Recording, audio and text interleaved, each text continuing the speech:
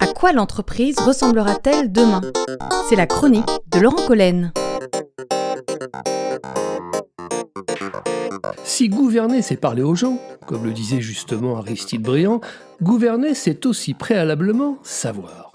Personne n'est censé être mieux armé, donc mieux informé, que les locataires du haut de la pyramide, qu'elles soient entreprises ou institutions. Pourquoi ? Parce qu'ils doivent mettre les moyens qu'il faut pour produire de la connaissance et des intuitions avant de décider. On s'offre ici le recul nécessaire pour apprendre du terrain, pour consulter les experts, qu'ils soient internes ou externes, et surtout pour tirer des plans sur la comète et tracer l'avenir. Pas le choix, c'est un passage obligé pour espérer attirer la confiance et les soutiens, qu'ils soient humains ou financiers. Gouverner, c'est enfin piloter. Pour piloter, il faut connaître son appareil tout autant que son environnement. Il faut savoir où on va, mais surtout être capable d'affronter les aléas. Savoir, c'est disposer de connaissances. Et les connaissances sont façonnées à force de travail à partir d'informations de toutes sortes. Plus on dispose d'informations, plus on les traite avec science, plus on sait. Et aujourd'hui, bien évidemment, l'information règne. Nous baignerions même dans la data, dit-on. Nos relations étant largement numérisées, tous nos actes sont repérés, tracés, mémorisés quelque part. On sait tout sur nous, sur la consommation, sur la navigation Internet, sur les déplacements, sur les préférences de chacun, sur la santé, sur les accidents, sur les opinions, si on y regarde bien. Heureusement que le droit nous protège, sinon nous serions des humains transparents, évanescents. C'est d'ailleurs un vrai sujet dont on n'a pas fini de débattre. En plus de l'information sans limite, il y a de nouvelles capacités de stockage de données, elles aussi sans limite. C'est pour ces raisons que l'on parle de Big Data. L'information est donc bien le nouveau pétrole de notre siècle, plus rien ne sera jamais comme avant. Pour ces masses d'informations, il faudra des traitements ingénieux, volumineux, tout autant que fins. Nous sommes dans l'ère de l'analyse des données et des algorithmes.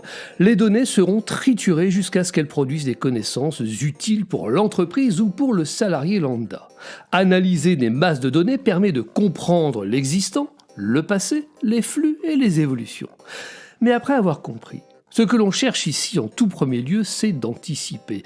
Anticiper pour qu'un problème ne survienne plus, pour ne pas se laisser submerger par un succès inattendu ou surprendre par un échec cuisant, ou par tout autre événement qui mériterait préparation. Comprenons que l'enjeu de ces moteurs analytiques est donc non seulement de simuler, mais aussi d'augmenter l'intelligence humaine. Une intelligence devenue surpuissante, sans équivalence avec l'humain de départ, tellement elle le dépasse.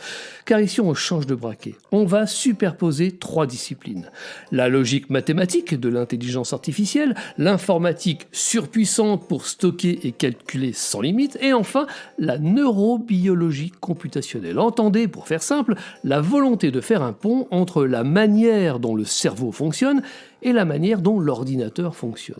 L'enjeu est donc de taille, puisqu'il s'agit ici, en d'autres termes, de traduire la complexité du vivant en méthodes et en interactions, pour assister, voire remplacer le salarié dans certaines de ses tâches. On analyse donc en grand format pour apprendre et assister le salarié en action.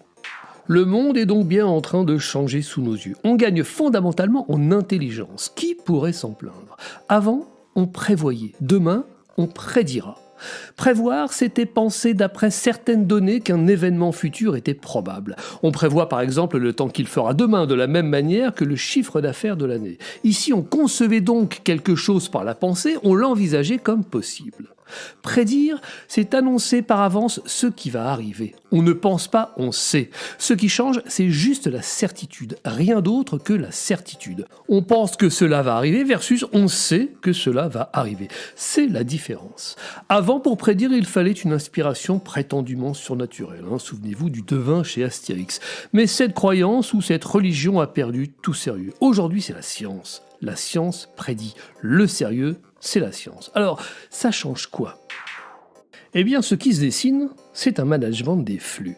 Voilà, mesdames et messieurs les salariés, ce qui va se passer. Vous le savez, vous êtes prévenus et vous êtes formés pour corriger, réagir, ajuster, mais pas pour initier ou conduire, à l'image de nos futurs véhicules autonomes. On va se laisser conduire en ouvrant l'œil. Je ne sais pas si c'est mieux ou si c'est moins bien, mais c'est devant nous. Fort d'analyse tous azimuts, les ressources de l'entreprise vont donc prédire ce qui va se passer. Et il restera au manager de s'assurer que tout tout va se passer comme prévu en orchestrant les corrections. En marketing et en vente, les réactions des clients seront devinées et les achats prédits pour guider les actes marketing et commerciaux dans les bonnes directions. En production industrielle, on automatise pour éviter les erreurs humaines, on fluidifie, on prédit les pannes et on gagne en productivité. Dans le monde de l'assurance, on prévoit les sinistres, mais on prédit la défaillance du client, ce qui permet par avance d'ajuster le tarif et le service qui sera proposé au client pour mieux en assurer la rentabilité. C'est bien, ce n'est pas bien, on n'a pas fini d'en débattre. Ici aussi, on imposera la transparence pour éviter les abus. Elle est promise et donc souhaitée.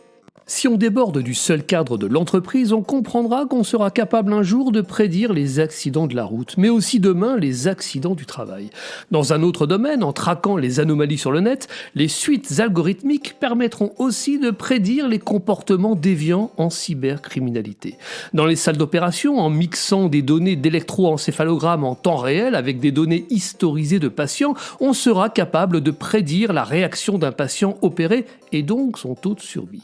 Si on va plus loin encore, le prédictif se voit tellement magnifié qu'il s'offre même en pâture au grand public. Car si on entre sur le périmètre de l'opinion, on découvre même qu'en industrialisant les paris en ligne, entendez les prédictions en ligne, sur des questions sociétales, on obtient des résultats étonnants. Quand des milliers de personnalités informées prédisent un événement comme le résultat d'une élection ou la résolution d'un conflit sociétal, elles produisent des résultats capables de challenger les traditionnels sondages. Réputés, eux, moins dynamiques.